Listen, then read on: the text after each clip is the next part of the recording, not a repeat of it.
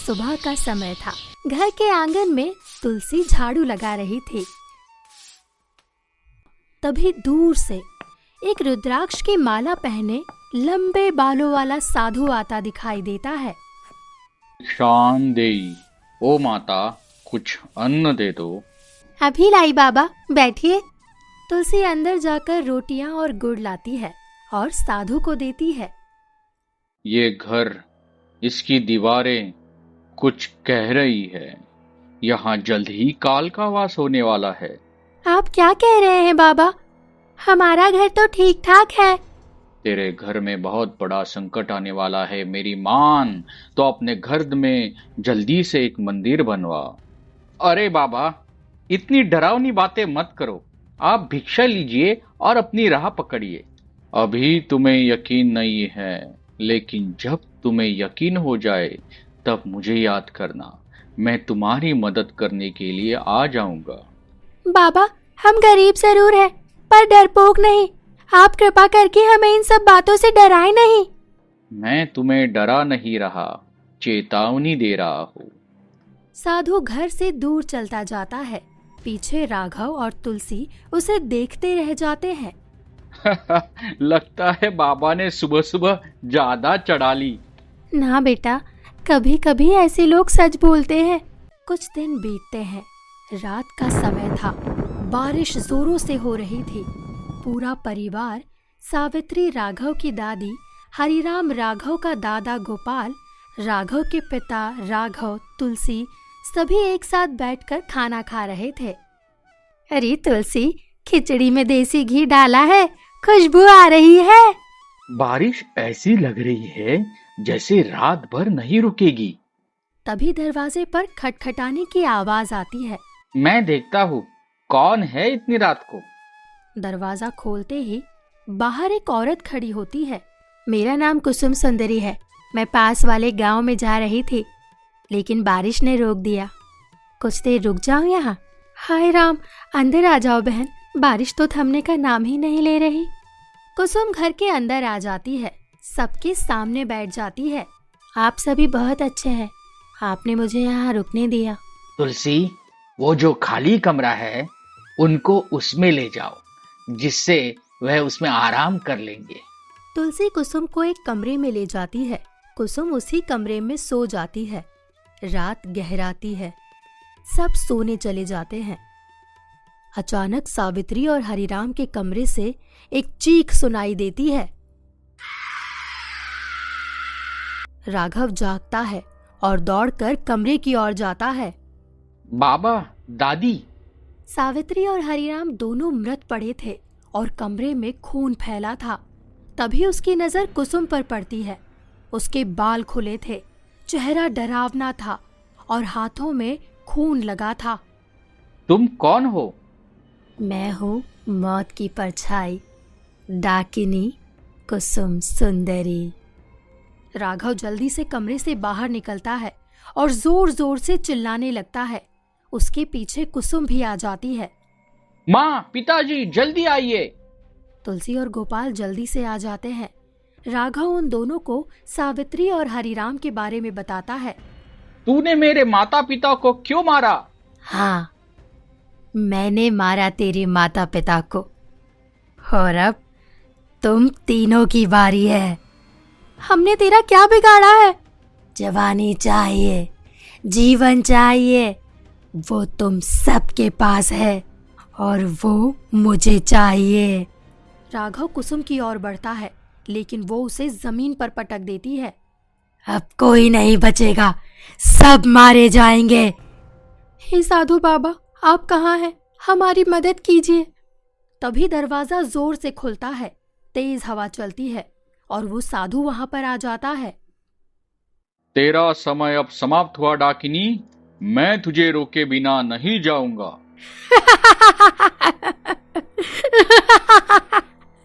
तो तू आ गया मुझे रोकने? कितनों ने कोशिश की है, कोई सफल नहीं हुआ। मैं वो हूँ जो तुझ जैसी बुरी शक्ति को हमेशा के लिए खत्म कर देता हूँ। बाबा, मुझे बचाइए, नहीं तो ये मुझे मार देगी। बाबा, पहले ही बहुतों को खो चुके हैं। बचा लो मेरे बेटे को, बचा लो बाबा। तू मुझे मारने आया है साधु? लेकिन क्या जानता है तू मेरे बारे में? सब जानता हूँ। तो वो अपवित्र आत्मा है जिसे तंत्र में बांधकर डाकिनी बनाया गया था। जिसने तुझे बनाया था तूने उसे ही मार दिया और अब लोगों की बलि देकर खुद को जवान रखती है। कितनी बातें जानता है, लेकिन एक बात तू नहीं जानता कि तू मुझे रोक नहीं सकता। डाकिनी राघव की ओर बढ़ने लगती है। बाबा मुझे बचाइए, नहीं तो ये मुझे मार देगी। वो साधु कुछ मंत्र पढ़ता है और कुसुम जमीन पर गिर जाती है। तू कितनी भी कोशिश कर ले, लेकिन तू मुझे खत्म नहीं कर सकता। डाकिनी, तूने कई मासूम लोगों को मारा है, आज तेरा अंत होकर ही रहेगा। हाँ, मारा है मैंने कई लोगों को और ऐसे ही मारती रहूंगी। तू जो कर सकता है वो कर ले। आज तेरा अंत होकर ही रहेगा। मैं यहाँ एक बहुत बड़े मकसद से आई हूँ और वो मकसद पूरा भी हो गया। अब तू कुछ नहीं कर सकता। मुझे पता है तू यहाँ पर किस मकसद से आई थी। बाबा, किस मकसद से आई है ये हमारे घर में? इसने मेरे सास ससुर को मार दिया। बताइए बाबा। तुलसी, यह एक बुरी शक्ति है। इसे हर 10 वर्षों में एक नया शरीर चाहिए होता है, जिससे यह और शक्तिशाली हो जाती है। लेकिन उसे उसी का शरीर चाहिए होता है जिसमें डाकिनी का खून हो। तुलसी ये सुनकर हैरान हो जाती है और घबरा जाती है। साधु, तुझे ये सब कैसे पता? मुझे सब कुछ पता है, इसलिए मैंने पहले ही इन लोगों को चेतावनी दी थी, लेकिन इन्होंने उसे मजाक समझा। बाबा, मुझे उसके लिए माफ कर दीजिए, लेकिन ये बताइए कि इसने किसका शरीर चुना है? राघव, राघव मेरी जैसी डाकिनी का बेटा। अब उस सच्चाई को मत छुपा। उस सच्चाई को मैं भी जानती हूँ और वो सच्चाई तुझे भी जानती है। ये सब क्या हो रहा है? मुझे तो कुछ समझ नहीं आ रहा। ये जो तुम्हारा बेटा है ना राघव, वो तुम्हारा बेटा नहीं है, वो डाकिनी का बेटा है। और पता है वो डाकिनी कौन है? तुम्हारी पत्नी की बहन, जो आज से कई सालों पहले मर गई थी।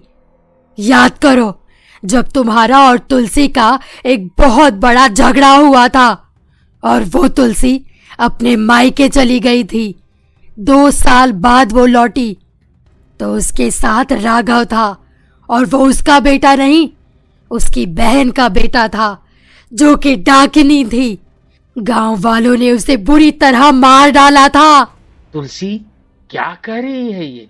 डाकिनी, क्या ये सच है? हाँ गोपाल, ये सच है कि राघव मेरा बेटा नहीं है, मेरी बहन का बेटा है। मैं क्या करती? गांव वालों ने एक तांत्रिक के साथ मिलकर मेरी बहन को मार दिया था। उसने राघव को जन्म दिया था।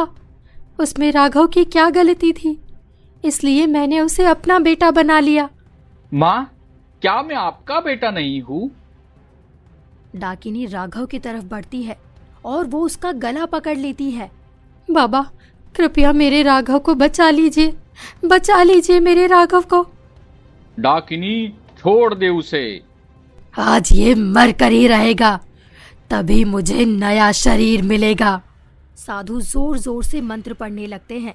मंत्र की शक्तियों से डाकिनी की शक्तियां कम हो जाती है और वो जमीन पर गिर जाती है और तड़पने लगती है।